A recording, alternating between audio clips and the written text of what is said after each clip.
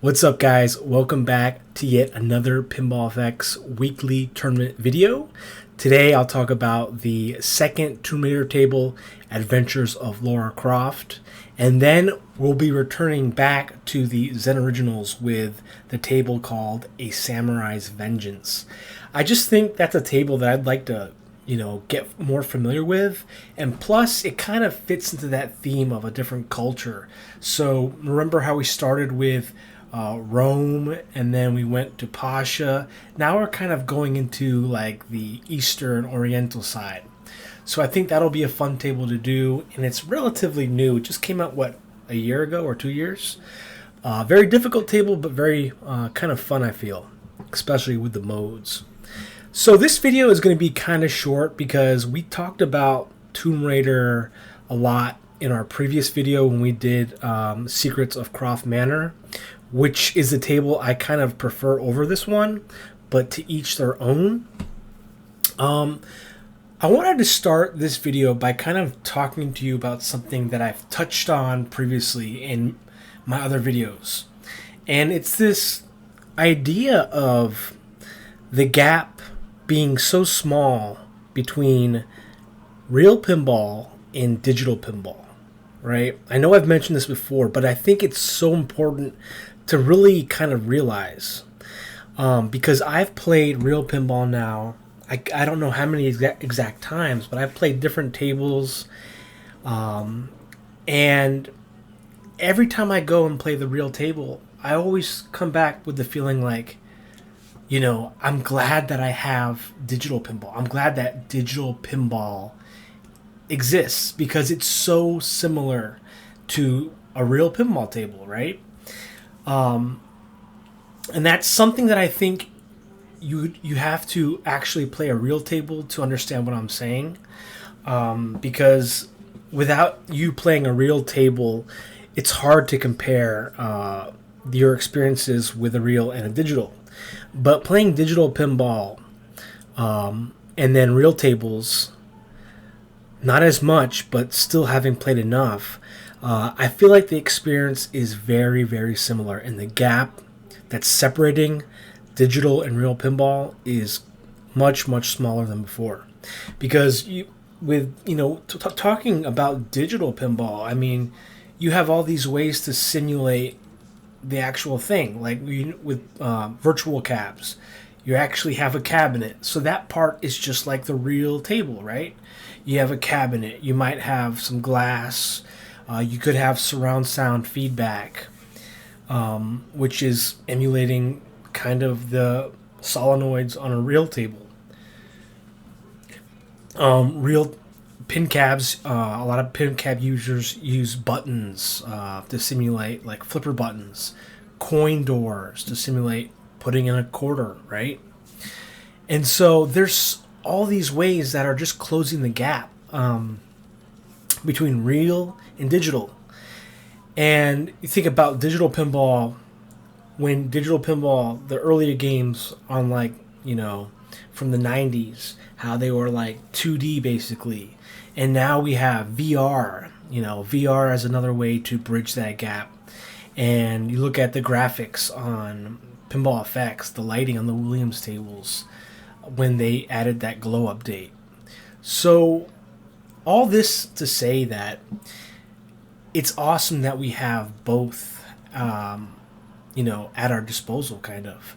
I think still a real pinball machine will always be a lot better, right? Of course, you're always going to have pros and cons, right? Because you have a real machine, it might break down, it might cost money to repair, but at the same time, with a real machine, you have an actual product, built from a factory. You kind of have like a collectible, almost like an heirloom, if you think about it. And it, you can invite people over, they can play it. It's a good talking piece. So I think there's always gonna be pros and cons of digital versus real. But the cool thing, and the thing I want you to take from this, is that the gap is smaller than ever before. And so that's what I kind of notice every time I go out and play real pinball. I always say to myself, wow, I'm glad that I can play this at home in the comfort of my home. without having to go to these bars or whatnot. So that's something that I wanted to just kind of mention again. Kind of thinking too about these these Zen original tables like Tomb Raider. I kind of wonder, like, what other IPs is Zen thinking about acquiring?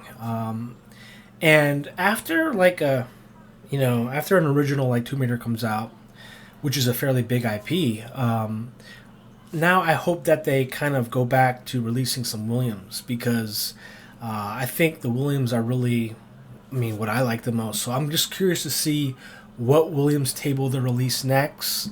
But I'm always thinking about, if they have the Williams, IP, why not make more Williams? Stretch it out, make like 5 Williams tables, then go back to some originals.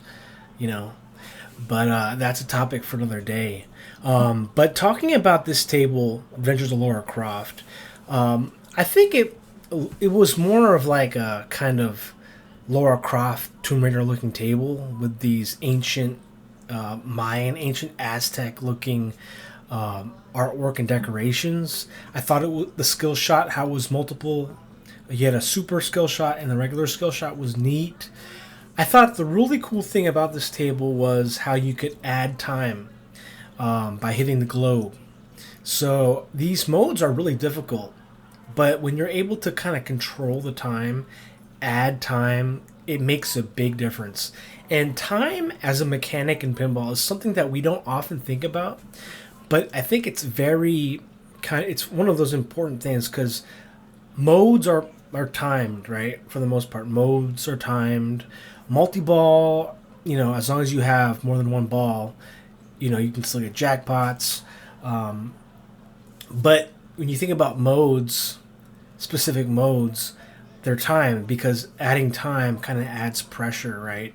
Because if you didn't have any time, you could just take your time and it wouldn't be as hard. So adding the element of time makes modes more enjoyable and kind of difficult. And the difficulty is kind of what makes this aspect of pinball fun. But being able to add time really helped. I didn't play it that much because I was playing real tables, as you guys have seen that I've uploaded some of those videos from Mustang Sally. But I was playing this table today, and I was able to complete one mode. I think it was like Thor, something like collecting a Thor hammer. And it was a tough mode, kind of some of the lanes to hit, but I was able to add time, so I was able to kind of add time and then try to repeat the same shot to complete the mode, which I ended up doing. So it gave me like 20 million for completing the mode. I think some of the modes might be kind of difficult. I think this is a table that is a lot more difficult with one ball, which is kind of like, these scores are kind of showing that, right? Of course, you have Boucher here, the outlier, and Gatvic, and even Carpison, who have these awesome one-ball scores. But for the most part, I think this table is kind of more geared towards your classic mode. So I really like the mechanic of adding time, and I think time as a feature in pinball we don't talk a lot about. But you think about how there was timed pinball tables like Safecracker, and there's been a few others that have been based on time. It also seems like a table that's reflex intensive. Like a lot of the shots, like the skill shot, requires a lot of muscle memory and timing. I think Fisher's Method was replying in a comment. I think he was referring to this table as being kind of spammy, and I definitely see that, because all the shots are really just like loops and timing shots and aiming. But then again, a lot of pinball is, right? But then sometimes when you have just all these loops and lanes, because this table has a lot of lanes, it just feels like you're just like spamming lanes, right? Instead of maybe just having 2 lanes or something like that. But let's go over the scores here. So I hope you guys enjoyed this excursion from our Zen Originals with the Tomb Raider Pinball DLC. I'm glad that we played it, went over it, had tournaments on it. And so we had a closed tournament from last week. We had 8 people, and King Balchi came in first place with 173 million. And he was telling me that he was practicing throughout the week in single player mode and could only get to 43 million. And so I think he said on his first attempt, he got this score. So he was kind of joking like, here, New Leaf, you can have the rest of my attempts. But I was telling Balchi, I said, you know, you can't discredit the practice, because the practice, I think, is what helped him get that score. You know, because I don't think that if he wasn't practicing, maybe that score, maybe Balchi's score is that 42 million, right? But congratulations to King Balchi. Okay, I don't know what that was, but I just wanted to do it. I wasn't going to do the Cliff Richard one. But second place, we have Gapvik with 63 million points. Awesome score there. Gapvik, I think, is in the top 5 in the one ball challenge on this table. I just played it, and I'm in the top 10, so I'm at the very end in 10th place. So, but I saw a lot of people in there. UTD was in there. I think Carpy Sun was in there as well. So congratulations to third place, Carpy Sun with 56 million points. Fourth place, UTT with 26 million points. Fifth place, Wombat and a Hat with 26 million. Look how close this is, 500,000 points right there. In sixth place, we have Bad Jack Downs with 4 million points. I came in seventh with 3 million. I didn't use up all my attempts because I was kind of busy this week, so my apologies again for this late video. But you know, I was just kind of focusing on other things and enjoying real tables. I hadn't played real tables in so long, so I hope you guys enjoyed those videos as well. I still have to upload a video on Jackpot, so that will be next, I think, for Mustang. And in 8th place, to round it off, we have Genuines with 2 million points. So thank you to everyone who played. Now we're going to go back to our Zen Originals here with a Samurai's Vengeance. This will be in public tournament, 1 ball, unlimited players, unlimited attempts, 6 days, unlimited attempt, public. Okay, so here it is. Hope you guys had a good July 4th if you celebrated it, and happy Canada Day. I think, when was Canada Day? Is it Canada Day before, like a week before? Someone correct me on that, but happy Canada Day. Canada Day. Oh my gosh, I can't even say that. So here's the whatchamacallit, the ID for the tournament, and we'll give it a go right now.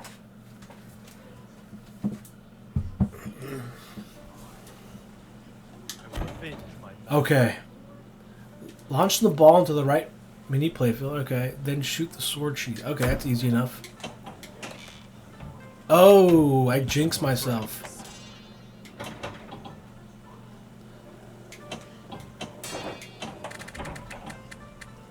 $30 spins. So this table has like a little bit of RPG elements to it.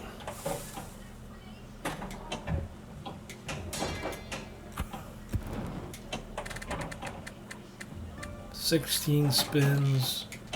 Wow. I can't even shoot up that sword sheath. Oh no. Oh jeez. Well, this is unlimited attempts, so I'm going to try again. Oops. Here it is. Take it easy. Oh, it's actually a tough one. Oh my gosh. I like the idea of that skill shot though. Wow, what's wrong with, like, this table is difficult. Like, whoa. Hold up now. I know this table was difficult, but I don't remember it being like, okay, I shot too hard. Okay. Not bad. Could be better. 6 more. I beat my tournament score, which isn't saying much.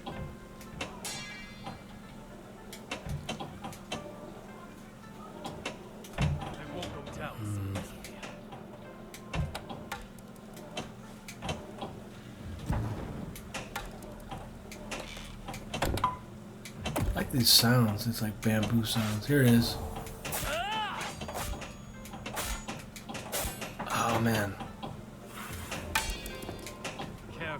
Jeez. Wow. Okay. Well, I'm gonna keep it there, just because I'm gonna play it more on my own. But I wanted to get this video out there so that you guys could play it. I'm definitely not gonna be sitting at the score. So, and I'll hopefully have more to say by this week's end. But hope you guys enjoy it. And until next week, thanks for watching. Take care.